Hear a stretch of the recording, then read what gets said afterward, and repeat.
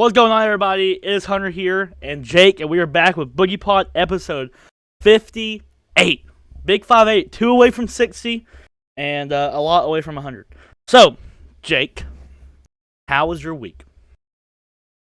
It was very good. I was very delighted, especially because of yesterday. I was very happy. So. Attack, man. Dak, absolute attack. So, this episode is going to be shorter. We are going to talk a lot about NFL and the divisional rounds and our wild card reactions and things like that from that round. And then we'll talk a little UFC as we got a big card this weekend and some big news out of the UFC this past week as well. Then we'll go into our pick'ems of college basketball, and then that will be it.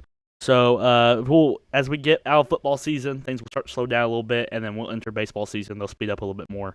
But let's go ahead and get those out of the way. What is your reaction? What is your biggest takeaway, I guess, would you say, from the wild card?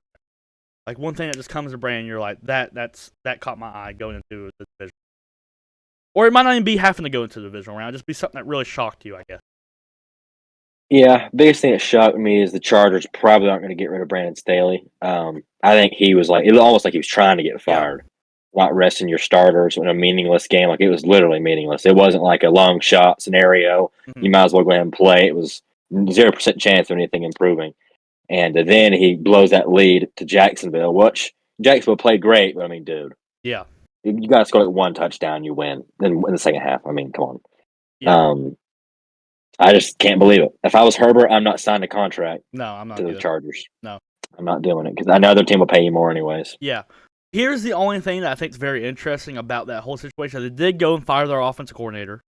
So even though Brandon Staley does make really bad decisions, as we've seen, if they know on the inside that he's not the issue and is the offensive coordinator, they know on the inside, then I get what they're doing. I understand. But it has to be a big if. They have to know for sure that offensive coordinator is the problem and the head coach isn't. Because it's hard to tell sometimes. The offensive coordinator can really make a head coach look really bad. So we'll see how that goes. We'll see how that all plays out. But since you took that one, because I was going to say something very similar, I will pick a different one. And I'll go, the way Brock Purdy performed is very shocking. Usually, don't matter what your system's like around you. Doesn't matter. I mean, look at Jimmy G. You know, he won. I wasn't going to doubt that Brock Purdy was going to win. I was going to, how is Brock Purdy going to play was going to be my big thing. And he played great for the most part. He started off shaky, but once he settled in, he played pretty good. And that shocked me for the most part. I know it's system, and I know he's throwing the wide open guys, but lights are bright, especially for the people with the talent of Brock Purdy. So, that I'll use that one, but the Brandon Staley one is definitely the main one for sure for me. Mm-hmm. All right, so let's move on. We're gonna rank some skill positions here. Top 8. I saw people doing this. I saw Nick Wright do it earlier today. I saw other people do it. Some of them were doing wide receivers. I saw some people do running backs. I saw some people do quarterbacks. I was like, hey, we're kind of needing to fill up stuff on the BoogiePod. So we're gonna do quarterback, running back, and wide receiver, and see what's up here. But I think we'll have different lists because I want to leave it as just top 8. So I wanted to see if you would take it as okay, well, let's look at stats. Or I wanted to see if you'd take it as, okay, who do I actually just think straight up better? Or who's better in the playoffs? Or I want to see how our brains would work. So I opened up top 8 and I just started writing people down. That's how I did it. People, you can do it however you want. There's no rules of this. Just top 8. So what do you want to start with? You want to start with quarterback, wide receivers, or running back? We'll save quarterback for last because it's a fun one. So we'll just start with wide receiver or something. Okay, all right, let's go wide receiver. You want me to start it? I'll start it. At 8. You can if you want. Yeah. All right, at 8, I have Christian Kirk. Jaguar boy, I got him at 8. Still low. Still think there's obviously a lot better receiver in the division round. But I got my boy Kirk at 8. Okay, my 8's Juju. My 8 was a toss-up between a few guys. I put Juju in there because I think he is pretty solid. I think that Chiefs offense goes to so many different people. He will never really get to have the stats that you'd want, but I'll take him at 8. I had Juju considered at 8. He was one. I had to go Kirk. At 7, I have Devontae Smith. Got Smith at 7. Okay, my 7 is Christian Kirk. Okay. Had a bad first half like the rest of the Jaguars team, but he was good in the second half. Yeah. So there you go. Just like the rest of the Jaguars team. Let's just tell 2 halves. He's a very good slot guy. He's one of the best. Yeah, for sure. All right, at at 6, I got T. Higgins. I hope people don't. I know a lot of people think highly of him. But I'm telling you, he's a 6 guy. Man, there's a lot of guys that are way better Yeah, than him ahead there of is. him on the list. But my 6 is Devontae Smith. Solid guy. I think he's just solid. He's good. He plays. I don't know where he plays a lot. He has played on the outside a bit, but AJ Brown is their one. So, but Yeah. I don't know. Devontae is kind of like meh to me, but he's good. Yes. All right. At 5, I have Debo. Got Debo Samuel at 5. Does a little bit of everything, well rounded. He has digressed as time's went on a little bit, but I'm gonna throw Debo at 5. I forgot Debo, didn't I? Okay, push it back one. Juju's out at 8. Okay. Christian Kirk is 8. Hold on. Christian Kirk's 8. Devontae Smith's 7. And I guess T. Higgins will be my 6 then. Okay, so we got the same list. Right? Okay. It's very similar, yeah. T. Higgins is my 6. Yeah, that's what I got. Yeah. Yeah. Yeah, he's been solid. He's a number 2 as well, like Devontae Smith. But, yeah. Okay. He's just fine. He's been hurt this year a little bit, too. Okay, so who's your 5? 5 would be where my you're 5 at. That's Debo. Yeah. Okay. Debo's my All right. 5, yeah. That's what I forgot. So we have, so far, 8 through 5, we have the exact same list. That means we're on the same thinking train right here. Let's see if it switches up as we go down here. Okay, at 4, I got CD Lamb. Got CD Lamb at 4. Yeah. Okay. Yeah, he's my 4. He had a really sneaky, decent game. All the big catches, big plays, CD got him against the Bucs. So he didn't have a big yardage game, but he played really well. Yes. I'll keep him there. Very, very good. Yeah, he's a really good. At 3, I have AJ Brown. I got AJ Brown at 3. Yeah, he's had a crazy good year this year. I'm not taking anything away. I think the other 2 guys, I'm pretty sure they have had worse years, maybe besides one, but I think the 2 guys above them are better. Yeah, 3 right now I have Jamar Chase. I do think he is better than AJ Brown, but Jamar Chase has been hurt this year. So I'll put Jamar at 3, but by the time next year it'll be the opposite. Yeah. But, okay. Nothing wrong with that at all. At 2, I got Jamar Chase. Got Chase at 2. Thought about putting him at 1 sometimes, but the injuries and stuff. And really, when he has been in there, though, he hasn't been like the stud he was last. He has been really good, but he hasn't been like this killer. So there is some question marks there. Maybe, hopefully, this doesn't. But Chase 2. Yeah. My 2 is AJ Brown. He's had a really freaking good year. That team's loaded. Jalen Hurts is all the time to throw, all the time in the world to throw. So AJ Brown has time to get open. Yep. He's a great deep threat. So Titans, big mistake getting rid of him. Yes. That's a huge mistake. Yeah, it was. And then at 1, I got Stephon Diggs. I think he's top dog right now for the Bills. So I got Stephon. Yeah, he's my 1 as well. He's been very, very good this year. Very good. Yeah, very good. All right, so let's go into running backs then. I'll let you start off this time. Okay, running back. My last running back, number 8, is Devin Singletary. Not many great running backs at the first bit of this list, but he's fine. He kind of he splits carries, but he's their 1 guy. So I got yeah. Okay, so I considered Singletary here, but I'm going Ezekiel Elliott for my 8 slot. Still a great third down back. Still great short yardage. I just don't the way I looked at it was if Singletary and Zeke were on the same team, who would be RB1? And you would assume Zeke, in my opinion, would be RB1 for him. So I'm going Ezekiel Elliott. Yeah. My 7 is Miles Sanders. Eagles fans tell you he's really good. Stats tell you he's really good. You watch him play, not very good. He's had a good year, though.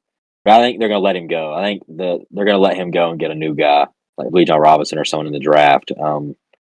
He's fine, but he's overrated right now. Well, at the trade deadline, Eagle fans, they can say whatever they want, but they were literally looking for a running back at the trade deadline. Alvin Kamara. Yeah. So it's kind of like I don't know what you were thinking. At 7, I got Isaiah Pacheco. Did I say that right? Chiefs running back. Pacheco. Yeah, Pacheco. Wow, I was way off. Okay, Pacheco. When this guy, he splits a lot of carries, but I think he's clear number 1 there. And I think if he got more carries, he'd be up here with stats. He impresses me when he runs the ball. And he's also kind of a newcomer to the RB1 slot. So Yeah. Got my 7. My 6 is Isaiah Pacheco as well. Out of everyone on this list, I would argue that he's like the angriest runner on the list. He runs like something passion. He's Yeah. going after it. He's definitely fresh in his career. You can tell he's got fresh legs. I think he'll end up being their running back for a while. He looks good to me. Yeah, he does look I good. like Pacheco a lot. I do too, Yeah. and he was a late round pick too, so that could be a little some story Really there late. to it. Yeah. All right, at 6. This could be a little low for me. I got Joe Mixon at 6, which is pretty wild. This man has had one of the I don't know how much he's been hurt this season or anything, but I was looking at stats, and you don't hear about him a lot. And this man's had a really bad year, down year for him in terms of his production. And even in years past, he hasn't caught my eye or anything. And I was trying to find a happy medium between talent, stats, and this year's stats. I was trying to find a happy medium, and for me, Mixon at 6 was the happy medium for me. So I got Joe Mixon 6. Okay. My 5 is Travis Etienne. Mm-hmm. He's had a very solid year, got over 1,000 yards. He wasn't even the starter the first bit of the season. All he's got's a fumbling problem, but if he fixes that, he's about perfect. Yeah. Pretty decent pass catcher still, so very solid. Yeah. Okay. At 5, I have Miles Sanders. I agree with you. I don't think there's crazy talent there or anything, but he's gotten the job done. And I will give him this too. He does run a bit of a committee as well. So for him to have that high numbers and stats to run the committee is pretty impressive. So I'll give him the benefit of down 5. But I could definitely easily have Joe Mixon. At 5. My 4 is Joe Mixon. He has had a down year, but I think his talent still level is really high. I don't know. I'm not watching enough of the Bengals to tell you why he's had a down year, in my opinion. I guess I wouldn't really know, but he just has. I don't know if they've not been running the ball as much. I haven't looked at attempts or anything, but he ain't been as good. No. At 4, I have Tony Pollard. Very explosive back. He probably, out of everyone we'll mention on this list, besides maybe number 1, has the highest ceiling out of everyone on here. It's just haven't got to see him take the number 1 running back role over. See how he handles that many carries, which is a big deal for running back. That's when you got to take over. How well can you consistently put up that amount of numbers? So, I'm sure he'll have a number 1 running back slot here sometime soon. We'll see really what he's made out of. But every time he's came in, he's a very explosive back, one of the best. 4. Yeah. My 3 is Tony Pollard. Him and Mixon are close on this list because Mixon has a better history because he's been the starter. Yeah. Pollard just now. I think Pollard should probably start against the Niners this coming Sunday because Zeke couldn't run the ball very well against the Bucs, but Tony Pollard did run the ball very well. He's just a different skill set. He's really quick and shifty, kind of like a McCaffrey type player. Just not as good, obviously, but I like him. If you like fantasy football, he is going to be a guy next year you want to draft because if he's RB1, it's a done deal for him. He's a good pass catcher too. He's the full package. 1,000%. At 3, I have ETN. That's where my boy comes in. Like you said, he's very good at almost everything besides the fumbling issue, which is a big issue. He has to clean it up. It's just plain simple. But I mean, Mug hit over 1,000 yards, and he wasn't even the starter for the first 4 and when I tell you they split the carries, I guess, but not really. They did, but James Robinson was getting a lot more carries than you would like to see. And he was still able to put up those numbers. So, multiple games over 100 yards rushing. Had a 100-yard rushing game in the last game. So, very impressed from ETN so far in his rookie. And it is real. Yeah. 2 for me is Saquon Barkley. Had a pretty dang decent game against the Vikings. He started off hot, and then Daniel Jones outrushed him, but everyone plays the Vikings throwing the ball because the Vikings don't have any secondary at all. You shouldn't run against the Vikings. You just got to throw it. So I kind of get why. And every time Daniel Jones felt any pressure, he just run. Yeah. But Saquon, I think he's obvious number 2. He's just solid. He's been healthy this year. Healthy Saquon's a good Saquon. Yeah. Saquon Barkley I also have 2. Same reasons you mentioned. I think he had 8 rushing attempts in the Vikings game. That probably had a lot to do with him having low, but he still had 2 touchdowns. So they got in the red zone, they were feeding him, and he was getting him. Like you said, he stays healthy. He's one of the best. I'm sure you could say the same for the dude we're about to say. Go ahead. Yeah. One, it's obviously McCaffrey. I Yeah. think a healthy McCaffrey, just like Saquon, is a good McCaffrey. When they're Yeah. healthy, they're the best. They're Yeah. just never healthy. It seems like till this year. Um, he does everything for the Niners. I actually do believe if they didn't get him, I think Dallas will probably be able to beat them. Yeah. But now they got McCaffrey. I don't know, man. He's just a He's stud. like he He's a tips it stud. over the edge a little bit. He's just good. He's just good. It is what it is. He's good at everything. It's crazy how you automatically stay healthy whenever you have a team that's relevant. Just weird. It's crazy what things will do to people. All right, let's go into quarterbacks. Quarterback. Yeah. I do want to throw Nick Wright under the bus a little bit. He had Trevor Lawrence 3. I just want to throw that out there. Yeah, it's a little high still. I saw it on Twitter, so I just wanted to throw it out there. I thought it was hilarious. But let's go. I'll start off with 8.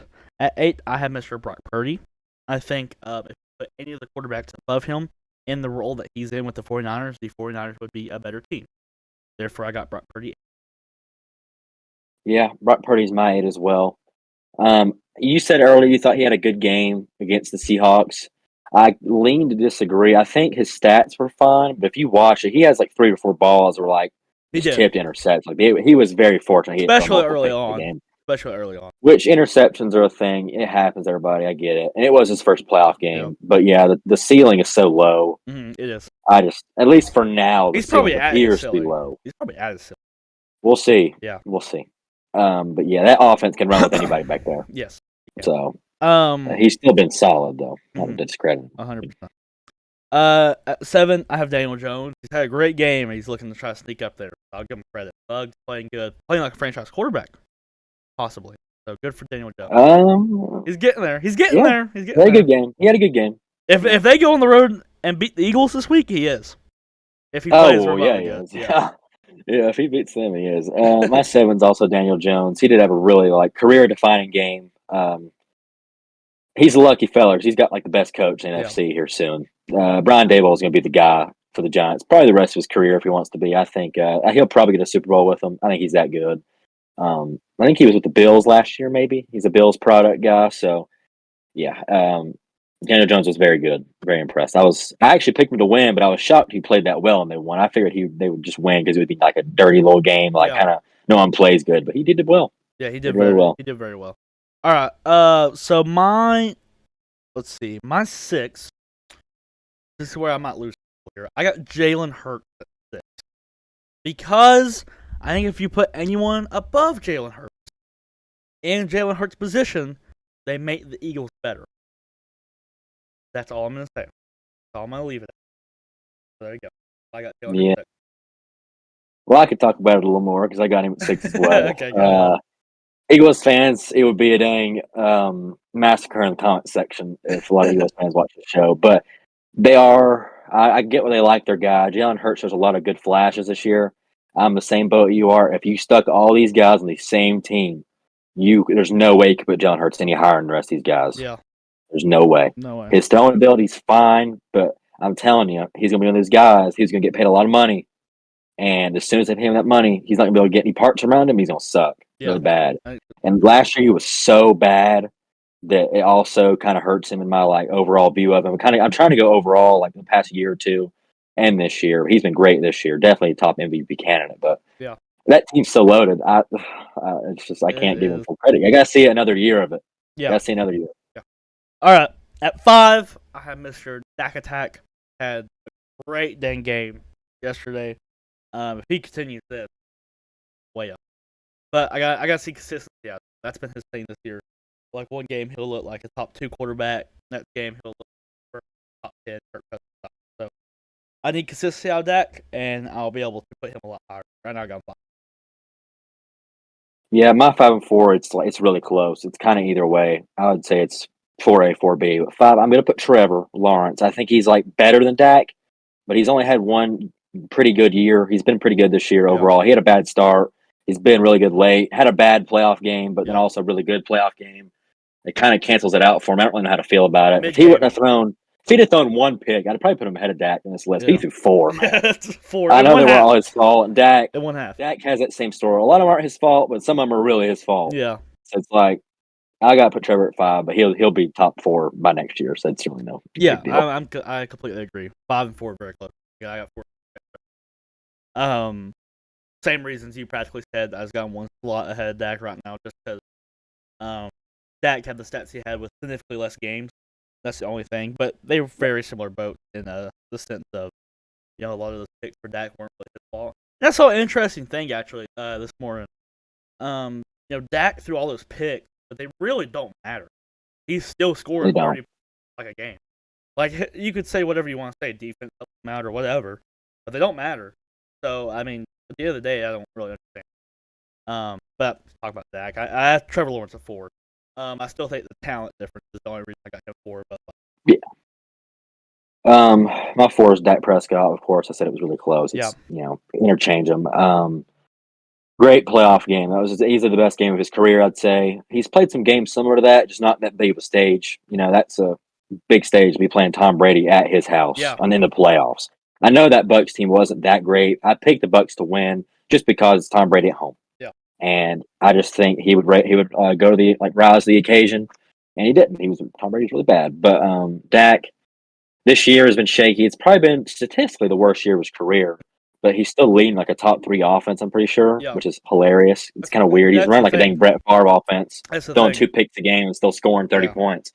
But his last year, he threw 37 touchdowns. That's a lot of touchdowns. Not many guys throw more than that. So for now at 4, but you could definitely tell the talent difference to him and Trevor. I agree with that for sure. At 3, I have Josh Allen at 3. And Josh Allen, man. Going into this year, he's been easily top 2 for me. There was never people, I would say, with a brain putting him above Mahomes, but there was definitely a debate there. There was a conversation to be had. Now I don't think it is. I think it's clearly Mahomes. And the thing about Allen is he's I don't know, man. You just watch him, and you can see the 3-star in him when he throws the ball. Occasionally, it'll pop out. And it's just when I watched him in that Bills versus Dolphins game, I hear so much about Josh Allen. But every time I watch him play, it'll be bad play, bad play, bad play. Whoa, that was a great play. Bad play, bad play, bad play. Whoa, that was a great play. And the inconsistency for me is it's just not there. I gotta have consistency on my top guy. My top 2 are very good. Yeah. My 3 is Joe Burrow. I think he was low-key kind of mid against the Ravens. I mean, he did all right. He wasn't as bad as Josh Allen that one game, but overall, I think Joe Burrow's ceiling is a little bit lower. He can't do as much as Josh Allen can. His armor's not as good, but he's really accurate. He's really freaking accurate. And he can conduct an offense probably better than Josh Allen sometimes as well, just calling the shots on their audible and all that stuff. But it is close, but I was going to say, Joe Burrow and Josh Allen are in the same boat because they both had scary playoff games to the teams they were supposed to kill, which I know NFL usually don't kill anybody. Yeah. It's rare. I mean, you look at who the other team starting quarterbacks were. It's just should have been at least 10. And the way the Ravens lost against Joe Burrow and the Bengals by that one of the reasons they lost that play, one of the worst plays I've ever seen. It's just they both have been really. It's going to be an interesting game. Whoever shows up is going to win because they both been kind of mid. I can't. Yeah, game of the year maybe. Yeah, there's a very good possibility. At 2, I got Burrow. Practically all the same reason. I got him a little ahead of Allen. I think he's a little more consistent than Allen. That's why I like him more. To be fair, he's still a better team. That is what it is. And I'm just gonna call it how it is. Burrow's been to a Super Bowl. Allen hasn't. Yeah. So I got Burrow too. Yeah. And he's a lot younger in his career. Yeah. Josh Allen's my 2. One of the best arms in the NFL. He throws it. He slings it 70 yards. It's nothing. Good runner. Yeah, I think if you put him on that Bengals, he is a great runner. If you put him on that Bengals offense, they would be better than I think Joe Burrow on that offense. But they're both great. It's not to take away from one of them because it would still be a good competition. But he just does more. He can carry a team a little bit more than Joe Burrow can, I think. Okay. And then do we even have to say one? It's obvious. If anyone's here watching or you're rewatching and you were in question who's going to be 1, you need to talk about yourself. You need to go look at stats. You need to figure it out. You need to watch a little bit more NFL. It's Patrick Mahomes by a quiet margin. It's going to be a long time. Yeah. I was going to say, I forgot. Josh Allen is going to be one quarterback on probably a short list that people will try to make an argument to be better than Patrick Mahomes. I would say Trevor Lawrence is going to be on that list one day. But I bet there's a time where Trevor might be playing better than Patrick Mahomes, but he's never going to be better than Patrick Mahomes. No, there's nobody. no, probably not. It Never. would take a lot. It would take Patrick Mahomes starting like next year to start fumbling the bag, start early or something, just start being Falling really bad. apart. Yeah, Falling apart. Yeah. But yeah, because he does the crazy plays, but he does them consistent. It's like every week there's a new highlight of something new Patrick Mahomes. He's a new innovative. So that's something he don't get enough credit for. This is something Patrick Mahomes don't get enough credit. Innovation. He's a very innovative quarterback. He like starts the sidearm passes, the no look passes, the flips. Now there's definitely been quarterbacks before him do that, but not all the time. There was a point if you watch the Justin Herbert and I was about to just call it Justin Herbert versus Jags game, Chargers and Jazz game. You're watching Justin Herbert play. There was a time where he just starts throwing sidearm. That's all he throws, just sidearm for like an entire drive. No one does that before Patrick. That Tom Brady doing that little flick play he does yesterday, he doesn't even consider that. If Patrick Mahomes doesn't do that before, it's just like Patrick Mahomes is that guy, and you gotta grow up and accept it. It is what it is. Time to grow up for everybody.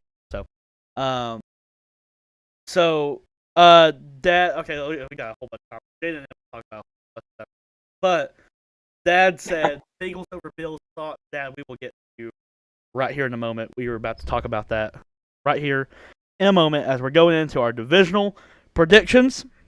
Start off first game on Saturday. Jags at Chiefs. Jake, who you got? I got the Chiefs. Yeah. I think for the Jaguars to win, they're going to have to score with them, which is pretty obvious. But I think the other thing is, too, you can't have any picks. No. There's a chance Patrick Mahomes gives you a 1. There's a chance.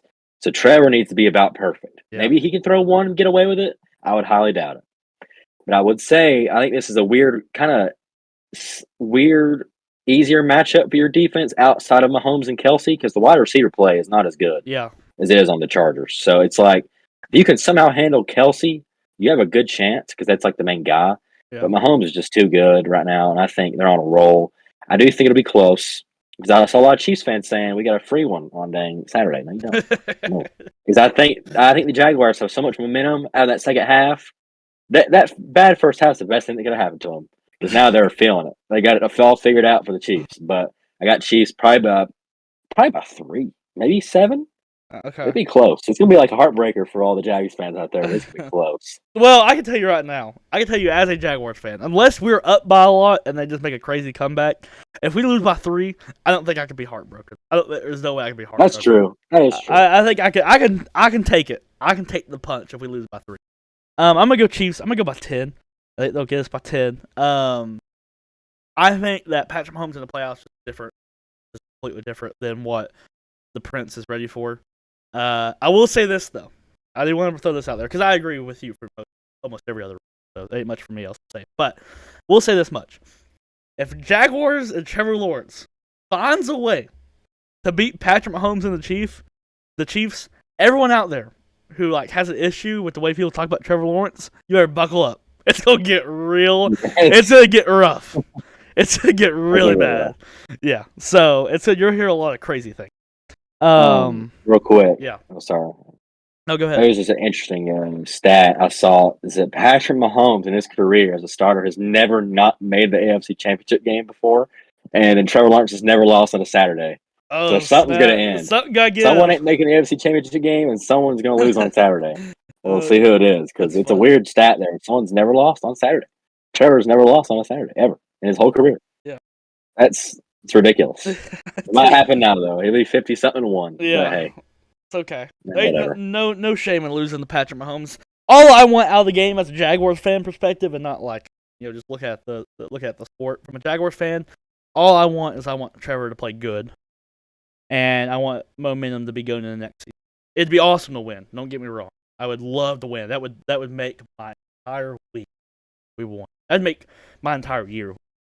But I do want to say that realistically, I want Trevor to have a great. That's what I want.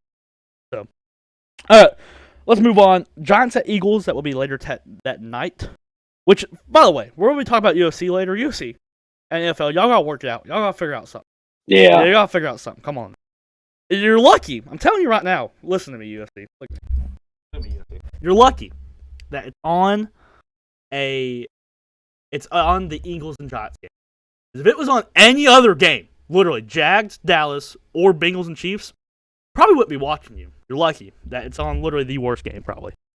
Well, technically, Chiefs and Jaguars probably the worst game, depending on who you like. But whatever, you're lucky. But I'm going to. Go ahead. Yeah, you have no idea how tempted I am to take the Giants. Like I want to do it really bad, but I'm not gonna. I think the Eagles are gonna barely win, probably by 7, 1-score game. Giants are on a roll. I actually think they have the better head coach. I think Brian Daboll's better than Nick Sirianni by a little bit of a margin. If you replace each other with the other one, the Eagles probably been defeated. But yeah, gonna be a doozy. The real X factors of Jalen Hurts looks like he did because he hurt that shoulder. That game he hurt his shoulder. He looked really bad. Yeah. And then they almost lost to the Giants practice squad guys at Eagles. Yeah, there's a real way. Starters. There's a real way Giants win. There's a real chance the Giants win this game. A real big chance, I think. Actually, anytime you have the coaching advantage in the playoffs, there's two things in the playoffs that give you a chance to pull off an upset. You gotta have a quarterback advantage or a coaching advantage. That's the reason the Jags beat the Chargers. They had a coach, and that's how you pull off upsets. That's the reason the Giants beat the Vikings. They had a coaching advantage and low key a quarterback advantage too. But whatever. Well, low key. Yeah. So I mean, like you have those, you always have a chance. So that's when I try to look for upsets. That's why I don't think the Jaguars are gonna be cheap because they don't have a quarterback or a coaching advantage. Sadly, awful matchup. But yeah, so you're going Eagles, but you think there's a real chance. And I agree with you. I think there's a real chance for the Giants. Yeah. All right, so let's go Bills at Bengals. Or wait, I'm sorry, Bengals at Bills. I got it back. Great game. It is at Bills. Yeah. All right, go ahead. Who you got in that one? I go Bills. I gotta go Bills. I could see the Bengals win. I think it'll be a 3-point game. It's going to come down to whoever has the ball last. I think it'll be like a field goal winner for the Bills. I'd say they get it at the very end. Yeah. Dad said Giants play as good as they have. Giants win by 3. Good chance. They have been hot. If they play that kind of game, if they play like they did against the Vikings, they will win. Yes. I agree. Yeah. They will. But yeah, man. Oh, what a game, Bengals at Bills. I low-key want to take Joe Burrow. I kind of want him to win. Joe Burrow's growing on me so much. Ever since I've been able to grow up and settle with the fact that he owns Clemson, I've been able to enjoy him a lot. But I gotta go with my boys, or not with my boys, guys. Go with the Bills. Going with the Bills at home. I'm gonna take the Bills. I think it's their year to make a Super Bowl and lose again. So I'm going. All right, go ahead. Or what's the last one? Let's see here. Last one, Cowboys at Niners. That's your game right there, man.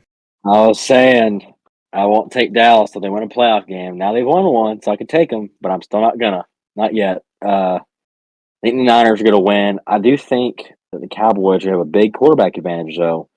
And the X factor in the game is if Micah and all them can make Brock Purdy uncomfortable. Because if they can, we could win. We could win. I'm not saying we will win. Yeah. Dallas could win if they make Brock Purdy uncomfortable because he's still a rookie. This will be the new biggest game of his life after last week. It's just the stakes are getting higher every week. So I think Niners win by 7. I see a world where they win by 10. That their roster is so much better in most places. They are great. They have their own great edge rusher in Nick Bosa, and I think they're gonna have to watch him. I think if he gets to Dak and rattles Dak a little bit, he can handle the pressure better than Brock Purdy, I would say. But I got Niners by 7, probably. Yeah, I'm also going Niners here. I think that Niners are just like you said, kind of too stacked everywhere else. For them to be able to. But here's my question, right? Because I'm going to practically say Niners, and I'm not going to say the same thing you're going to say. Waste time. I got another question for you. This wasn't really planned, but if you had to rank most likely upsets to least most likely upsets, how would you put them? Upsets. I would say it's the most likely upset of the weekend is probably Dallas over Niners or Giants over Eagles. Okay. Most likely, I'd say. But see, technically, Bengals is an upset. It's not really.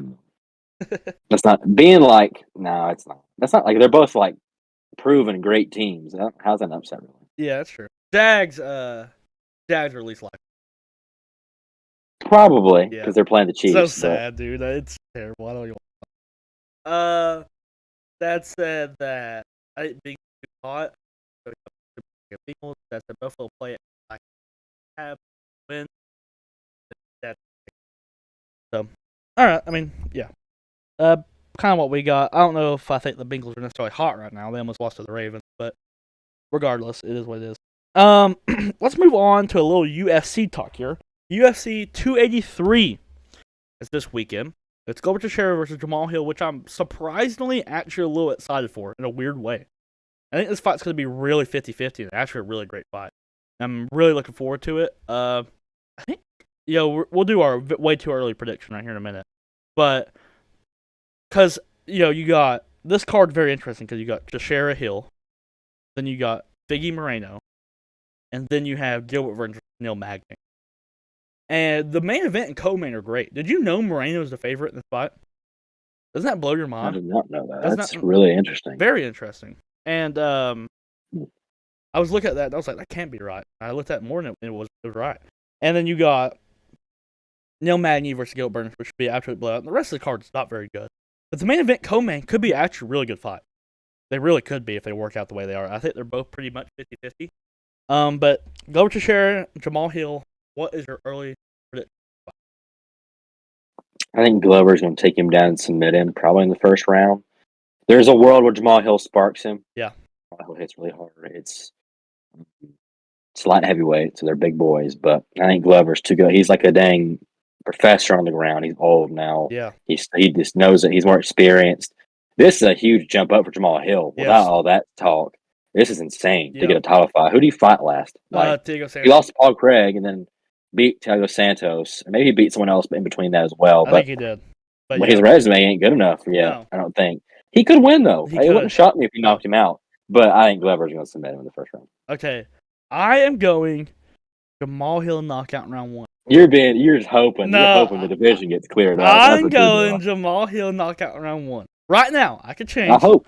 I could change. Right now, I'm leaning Jamal Hill's side. I'll tell you why. Because I know Glover Teixeira, and I know Jamal Hill's takedown defense is not very good. I know he could get submitted. But I think he's going to get knocked out, man. I really do think he's going to get knocked out. His chin worries me at the age. And another thing is Jamal Hill, it's just the age for me. That's the thing.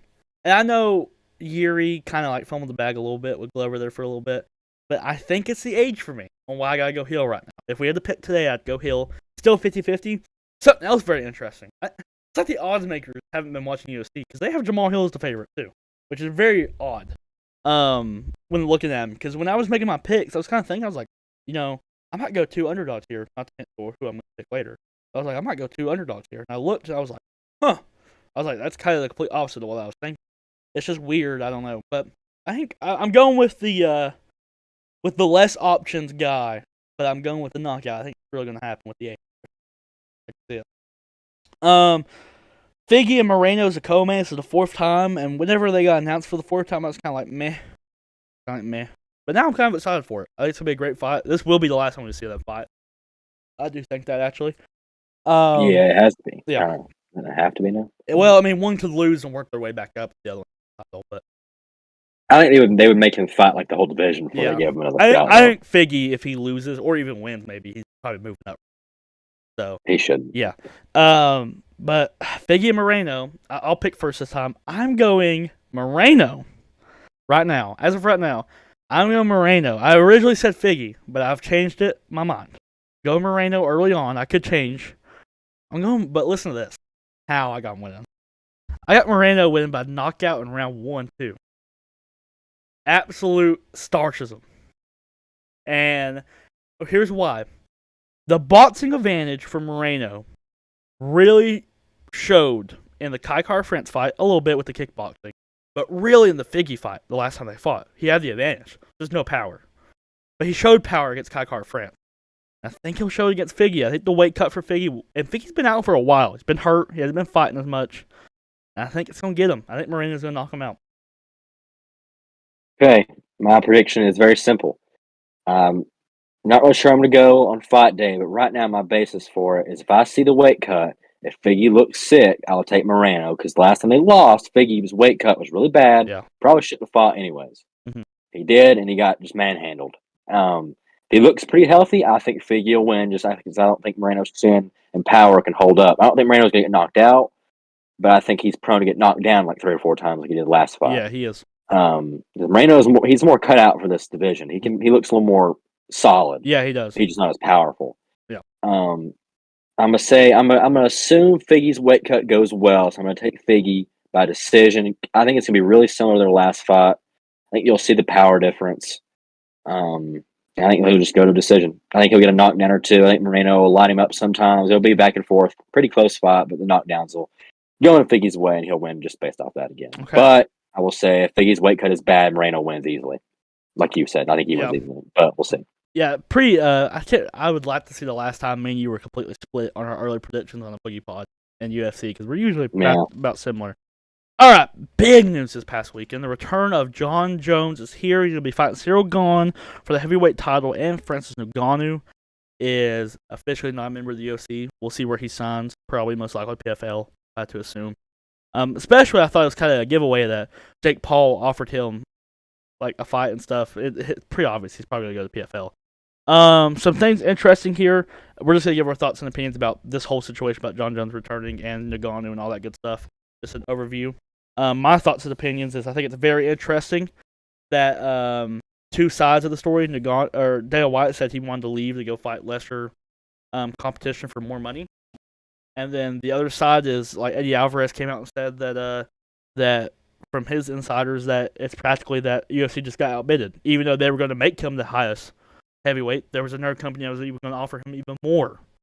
So if that, I can see both of those being true, honestly. So I really hate it for Francis Ngannou. I really hate it for Francis Ngannou because I really want him to fight for the UFC. But he's gone. Who cares? Move on. We're getting Jon Jones back. Get Cyril Gane back.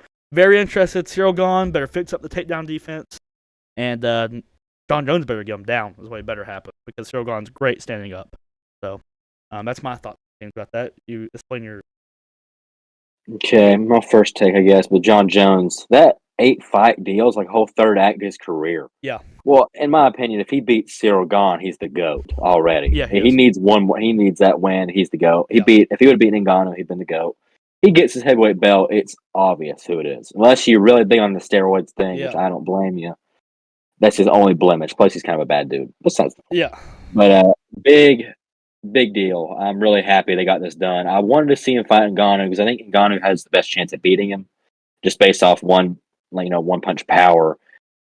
I think Jon Jones is probably going to beat Cyril Gane. I think he's going to take him down because I think I saw how big they're saying Jon Jones is going to be. Big enough to get him down. Pretty much. He's going to be big enough. Should be at least. Only thing that worries me is like the power difference from light heavyweight to heavyweight. Some people's chins don't hang with the higher weight classes.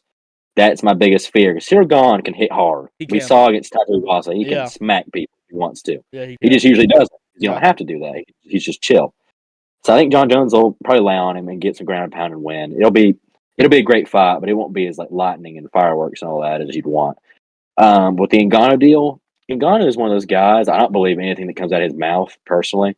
There's a lot of UFC fighters. They say stuff all the time. They're always lying. Like Hamzat Chimaev is always lying about what fight deals are happening. Colby Covington will do it occasionally. A lot of guys, Islam Makhachev does it too. They'll just start talking, and none of it ever comes true. They all call each other out, and it's just all fake. Yeah, I do believe that Ngannou they were going to make him the highest paid heavyweight of all time. I am interested to see who will pay him more. But my last point is I think for Ngannou, his best path is going to box Deontay Wilder, because I think he has a good chance. He actually has a chance of winning that fight. He does. Deontay Wilder hits really hard, but there's not as much technique in there. He's like a Tyson Fury of what? He is. He's knocked down Tyson Fury multiple times in those fights. He's very capable. I think Ngannou has a chance in that fight, and I think if he wins that, that's a huge pay-per-view. Then he'll get the Tyson Fury fight, and it'll actually be hype. Like that'll make the public think he has a real chance against Tyson Fury, which I guess he technically would if he could beat Deontay Wilder. Yeah, but I think that's his best route. Yeah, He's going the boxing route, and I think I'd actually be more excited to see that than him fighting PFL he obviously wants more money for less competition. Yeah. That's just the truth. Well, Because who's going to beat him in the PFL? yeah. Who's Well, better than him in the PFL right nobody. now? Nobody. There's very few people that's better than him in the UFC, if any. But the thing is, if we're talking the less opponent for the most money, if you could somehow get him and Jake Paul sanctioned, you go and murk him in That would never whatever, get sanctioned. and whatever you want to fight him in, you go and murk him for whatever amount of money you want. He would like just pick up Jake Paul with one hand and throw him somewhere. Just throw him out of the dang octagon, dude. It'd be funny if they did MMA. I'd like to see that and just lay on him. Gosh, imagine that would be like. I don't know if I could watch a hammer fist. I don't know if I could watch that actually. I could watch it against Jake Paul. Not want him to get hurt or nothing, but I could watch it. It wouldn't bother me none. I don't know. When I watched Stipe go down, I felt it. Actually hurt my hurt my feelings a little bit. I felt it. Yeah. He was a good dude. Firefighter. They're pumping him up as a really great dude, and he just gets murdered out there, dude. It was bad. Okay, let's speed run these basketball pick'ems real quick because this BoogiePod's went on a lot longer. We took a lot of time doing our rankings. So, number 22 Providence at number 20 Marquette.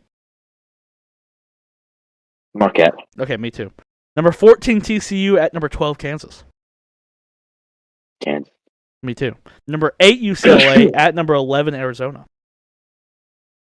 Arizona. Me too. Number 2 Kansas at number 21 Baylor. Kansas. I'm going Baylor actually. Give me the upset. I'm going with the home dog. Okay. Man, you know what sucks? Clemson's going to lose right here. They're probably already losing. They're going to lose, and then when they lose, that's going to we won't get to see them on our pick'em game. I was kind of hoping we get to see them show up, make an appearance. If they're losing, don't let me know. What's the score? 29-21. That's not bad. Okay. No. What's how much time's left in the first quarter or first half? 7 minutes and 50 seconds. Okay, well that's kind of a high scoring game. What the heck? All right. Give me your Jake question of the week. Oh crap. Aaron Rodgers. I talk about Aaron Rodgers on all these questions. It's hilarious. He has said today that he still thinks he could win an MVP, and if it's in the right situation, he can. Do you think he can win an MVP? Or you think he can? Yeah. Okay. Where? We talked. I think I asked this question kind of, but it's really unclear where him and Tom Brady are going to go because I think they both lead their teams. I think he could win one with the Niners. I think he could win one. Anyone can do that. He could do one. I think he could win one with the Raiders. I do think he can win with the Raiders. Oh, MVP, yeah, he could. Yeah, MVP. Let's see. Might be it. Like realistically, looking for a quarterback. Not necessarily that the Niners are looking for a quarterback. I'm just kidding about the Colts. Especially if Michael Pittman's gone, which he probably will be. I don't care about the Colts. Yeah, I don't know. I mean, they honestly have it. Maybe Jets. He could, young talent there. He could win with the Jets. He could, yeah. Just depends. Man, I was looking at his stats today, actually. I'm glad you brought that up. And he had a rough year. I didn't realize that. Pretty rough year. Yeah, he didn't hit 4,000 yards. I think he threw I don't know how many interceptions he threw. Maybe 10 or something like that. Might not have been many, but, yeah. But, that's not all him. He had a rough team around him, but he didn't play his best either. I will say this, though. You know who's the most underrated player from the Packers? Christian Watson. Who's that? He's been good. Yeah, underrated mug right there. Yeah, I didn't realize he was like Trey Lance's guy at North Dakota State. That's who he was. I didn't know that. So, he's pretty good. But big reveal night during the Dallas game. Thoughts on the trailer they just had? Mandalorian trailer's pretty good. Pretty good. Saw Jedi, so that's always a good thing. Emma said Jake said it sucked. That's not true. She's lying. That's funny. Making stuff up. I never talked with a Mandalorian. That's hilarious. That's really funny. The Jedi part was really cool, I thought. I always like seeing Jedi from past, so you can't mess up the Clone Wars era. It's like nearly impossible.